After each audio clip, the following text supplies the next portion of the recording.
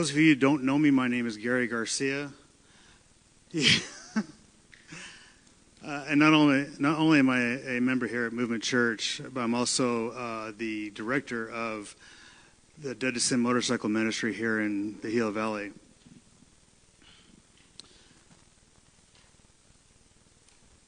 So this morning we're continuing the new series that we started last week called Summer Stories,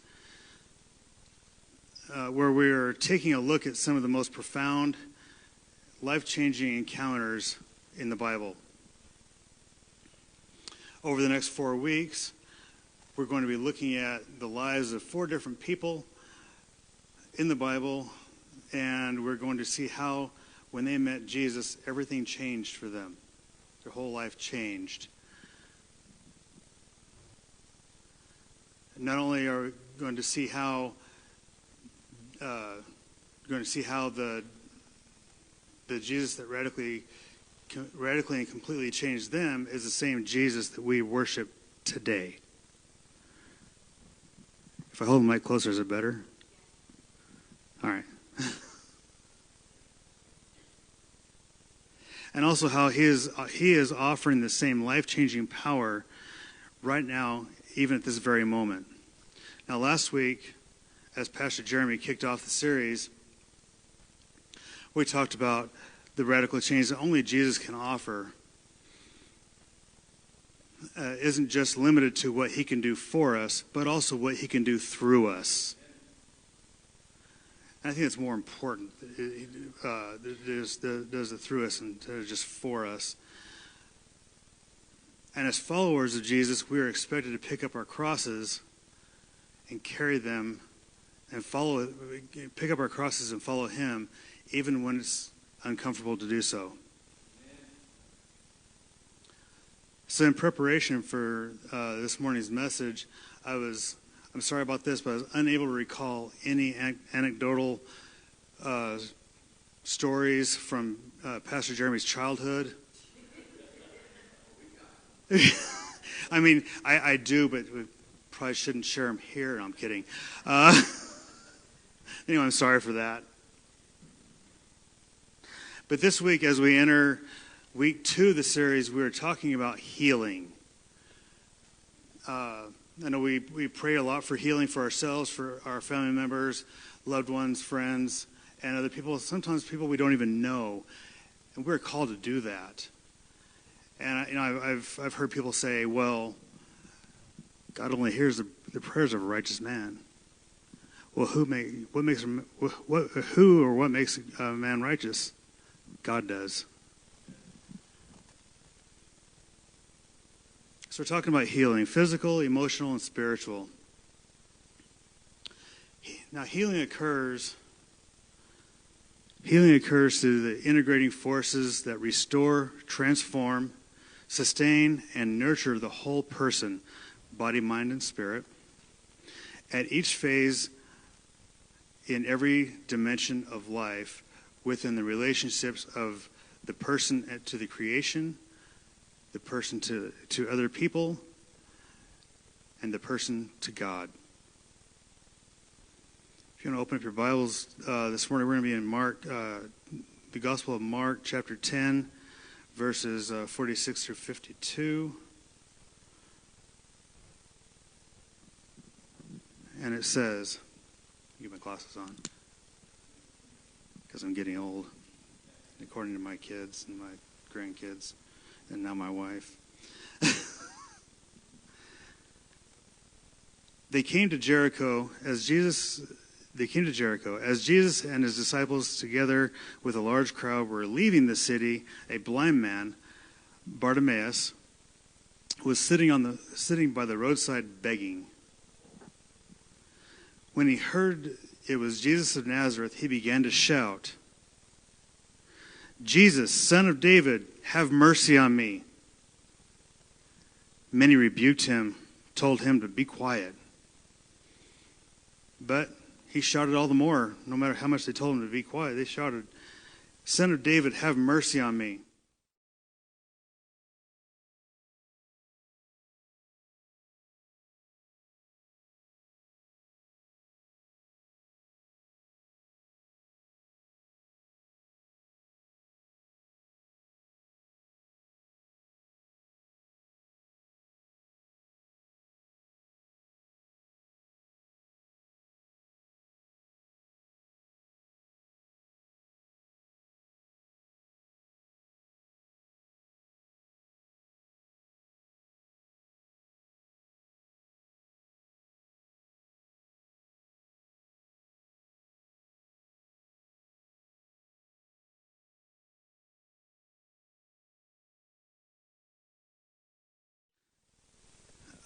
we can see at least four things that we can learn from here.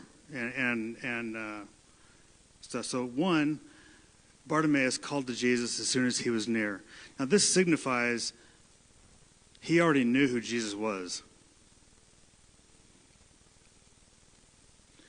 and was waiting for him to come.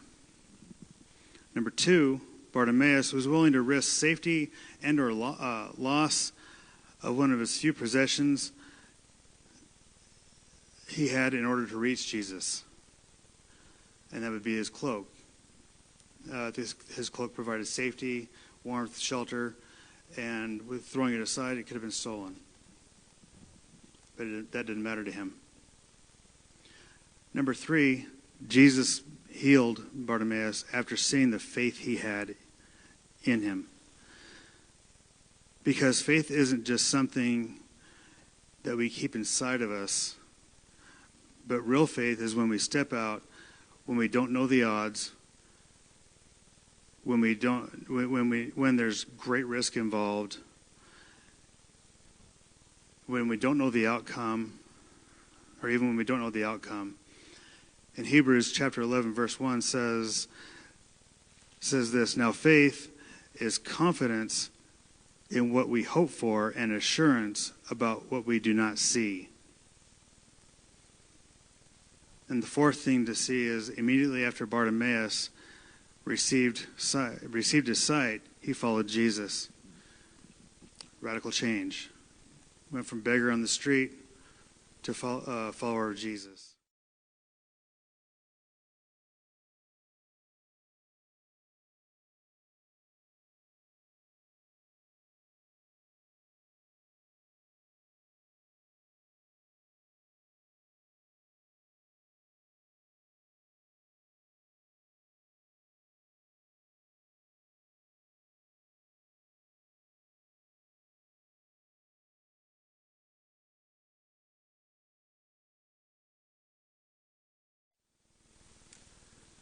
Just over 13 years ago, it's hard to believe it's been that long,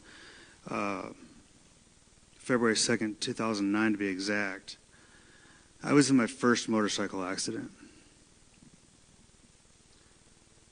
But to tell you most of that story, I need to back up a little bit. About a year prior to that, I had started going to church again after years of being away. I was raised in the Catholic Church. It gave me, and the Catholic Church gave me a great foundation about Christ and knowing Christ and so on and so forth. And it's a foundation I would later build on in my adulthood. When I came back to church, I came with a lot of turmoil in my life. And turmoil I don't really talk about. I was ashamed of it. I know that through Jesus I've been forgiven and saved. I was way overweight at the time, and I lived a very unhealthy lifestyle. And probably the worst part about all of it was I always felt like there was something missing in my life, and I didn't know who I was.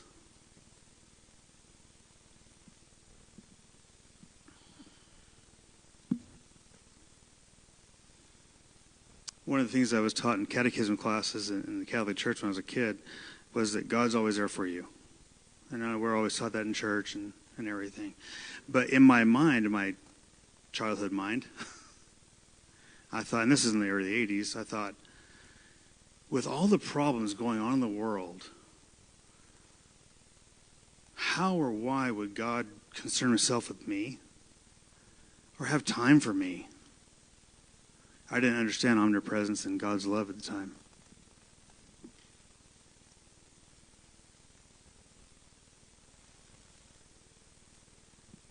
So I tried making, after I started going to church and everything and listening to the pastor there and other elders in the church, I tried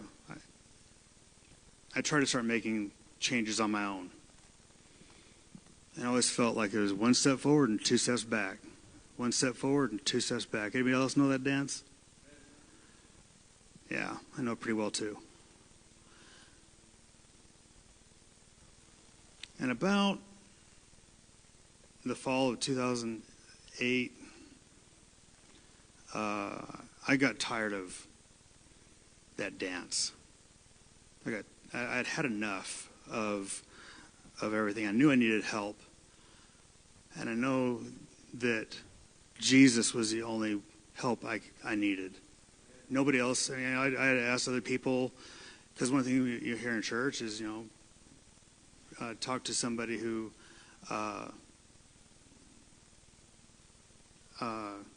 expert, or someone with more wisdom than you, put it that way. And I tried that, and still one step forward, two steps back. So finally, then in the fall of 2008 is when I had enough, and I went to church one morning, and I decided, God, I can't do this without you. I opened my heart, let Jesus in, and gave my life to Christ.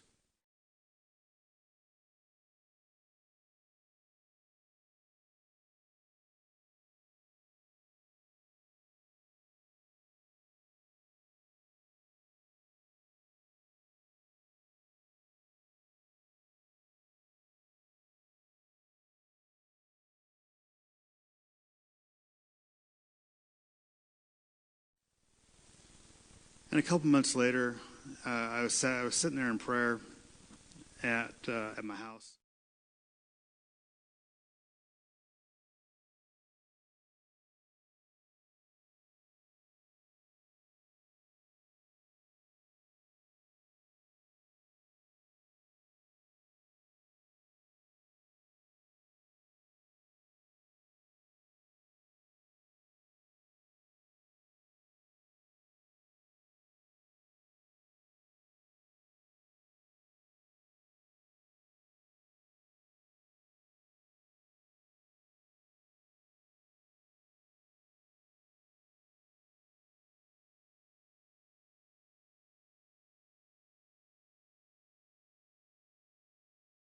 Missing.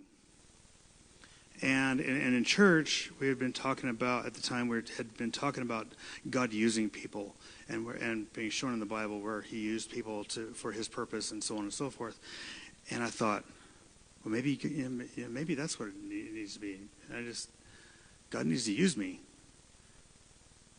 I didn't know what that entailed, and maybe He had, and I just didn't know it. But yeah. So I finished my prayer that night by telling God, use me as you see fit. Whatever your plan is for me and your will, I trust you. And God responded. On February 2nd, 2009, about 7:30 in the evening, I was riding my motorcycle home from a buddy's house. Another buddy was with me on his motorcycle, and along come a cow. I hit a cow when I was in my first accident. And yes, I say first because there is a second one. And yes, I still ride.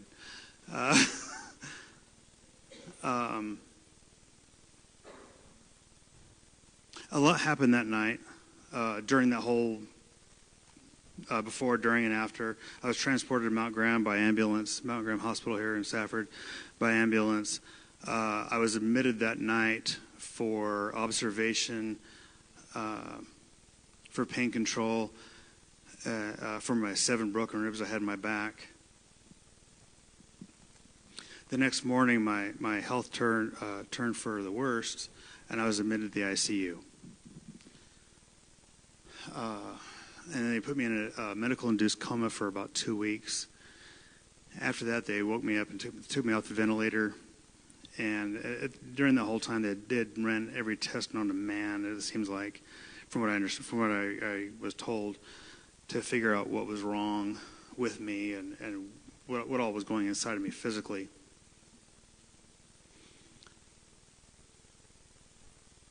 And about week 3 or 4, my status had improved enough where I could be taken out of the ICU and put on the regular med-surg floor, or the regular floor there at Mount Graham.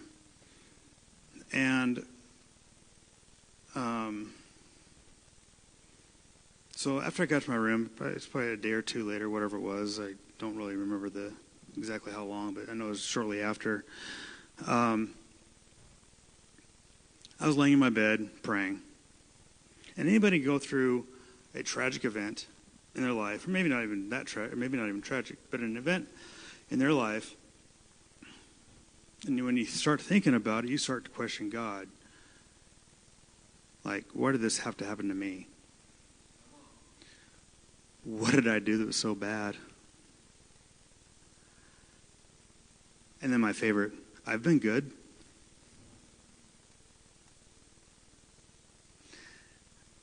That's exactly how my prayers were going at that point in time.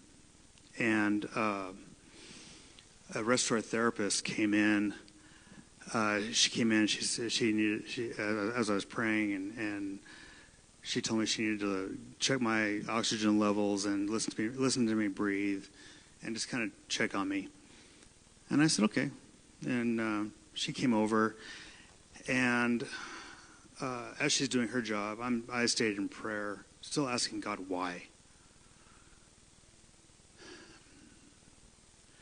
And then she pulled away from me a little bit and looked me square in the eye, and her facial structure changed, her eye color changed, and her voice changed.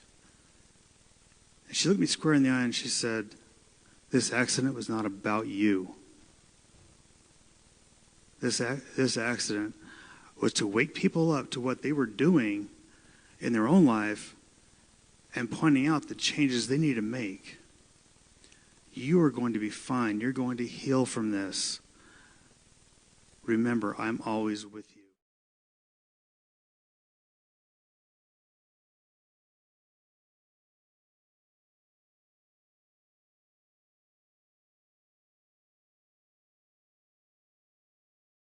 Physical changes that I saw went back to what she actually looked like. And as she's shaking her head, she says, "Wow, I don't know where that came from." And of course, I teared up because I cried like a baby at that point in time. And she goes, "Wow, I don't know where that came from." And I said, "I do. My faith tells me where it came from, and thank you." And she left and walked out of my room. At that very moment, I knew who I was. I was God's child. And He was there for me every step of the way. After that, I dove back into prayer and thanking God for being there for me, or being there every step of the way with me and carrying me through the dark times, because there was a lot through that. And then a couple weeks later, again, my health took a turn for the worse, or went downhill, whatever you want to say there. And one evening, I started throwing up blood. And well, my doctor was called, and they rushed me into surgery. Now, when a person's rushed into surgery, the word got out quickly that I was being rushed into surgery. And at the time, I was Pastor Jeremy's dad, Mark, and I were roommates. So when Pastor Jeremy found out about this, the first person he called was Dylan Peck to come down to the hospital and pray with him, to pray for me. And do y'all remember Dylan? He spoke here almost a year ago now. He was the guy the gentleman that had a prosthetic leg after a motorcycle accident. Birds of a feather. Just saying.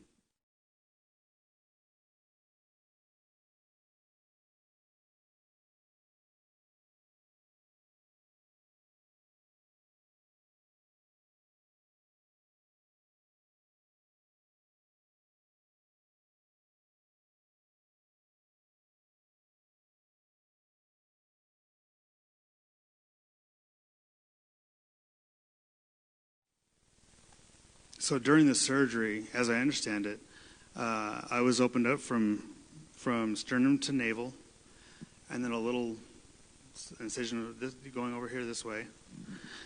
And when they opened me up and they got all the blood and the food particles out of the way and got me all cleaned up to see what they could see, they found that my spleen, my stomach, transverse colon, which is the large intestine, goes across here, and half my pancreas was necrosed.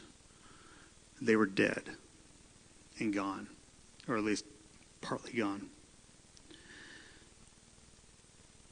So they cleaned me all up, got all the dead parts out. They left the half the pancreas that was still functioning. And then the surgeon that was performing the surgery, and it's important to point out, this surgery had never, and still has yet to be duplicated, has never been performed at Mount Graham Hospital ever. I remember going to a follow-up with the doctor, and he's just looking at me and smiled, and he says, "You know, you're the sickest person we've ever had at Mount Graham." And I said, "Thanks."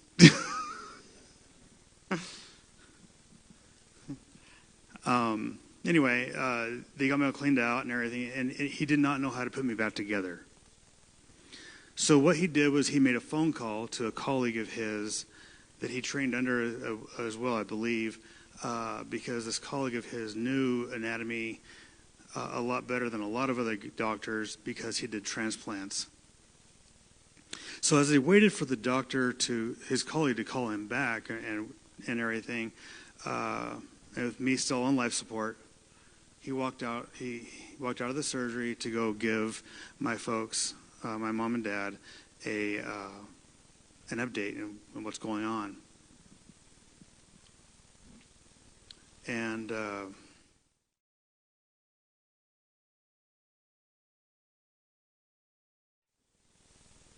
so he went out there and told my mom and dad, "It doesn't look good for Gary. Here's what I found. Here's what we had to do. I don't know how to put him back together, but I have a friend calling me." And the last thing he said to them before going back, getting the call back to go back into surgery, was, "Gary has a 20% chance to live."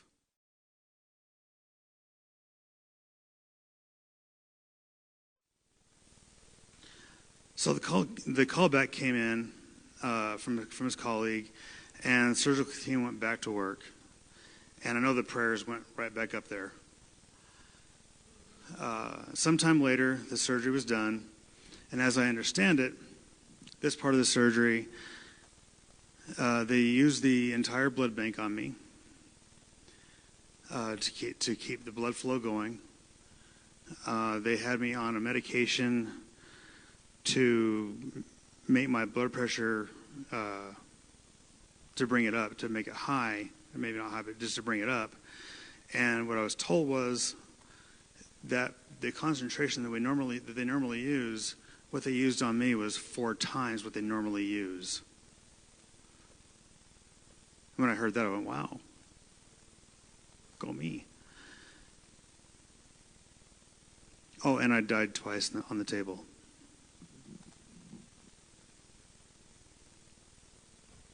So after the surgery was done, they had me on life support, and they said, "We're going to take Gary off life support now, and we're going to see what happens over this 24 to 48 hours." And close to 48 hours, maybe a little bit more, after my surgery, I woke up in my bed. And I woke up, I looked around, and I thought, "Wait, where am I?" "Oh, yeah, it's in the hospital." What's the last thing I remember? Surgery. I thought, was it real? I lifted up my gown, and there's all the staples. Yep, it's real. So after they found out I was awake, the entire surgical staff came in to my room, and evaluated me and everything. And then they went and told me what they found, what they did. And I even jokingly asked the doctor, I said, "Did you take my gallbladder out?" And he smiled. He goes, "No." I go, "Why not?" Because I know this doctor takes a lot of gallbladders out. And he smiled and he says, "Gary, I wanted to leave something in that was working." Okay, fair enough.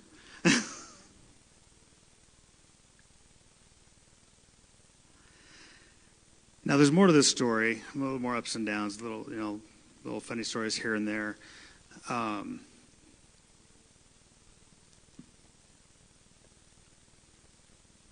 But I know without a shadow of a doubt that I made it through that surgery because of three things. One, the power of prayer. That's very important for all of us. The power of prayer. Phone a friend. And God guiding that surgeon's hand. And I know God never left my side. Because he loves me. And he loves you too.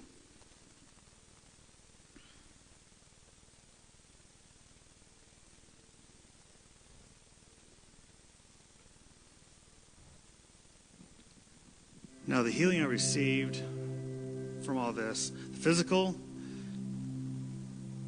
as far as I can tell, I'll tell anybody, I am 100% physically healed.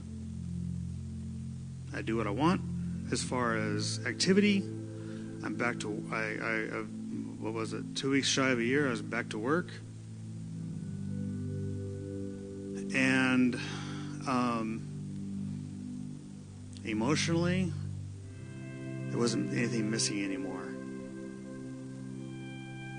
I felt God's love. I knew God's love now.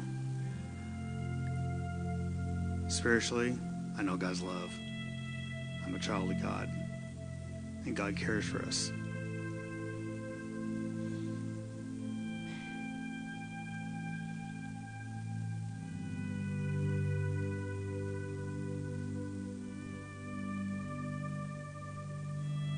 So if we're going to model our search for healing the way Bartimaeus interacted with Jesus, then we need to be ready to risk all we have to be familiar with Jesus so that we can recognize him like Bartimaeus did.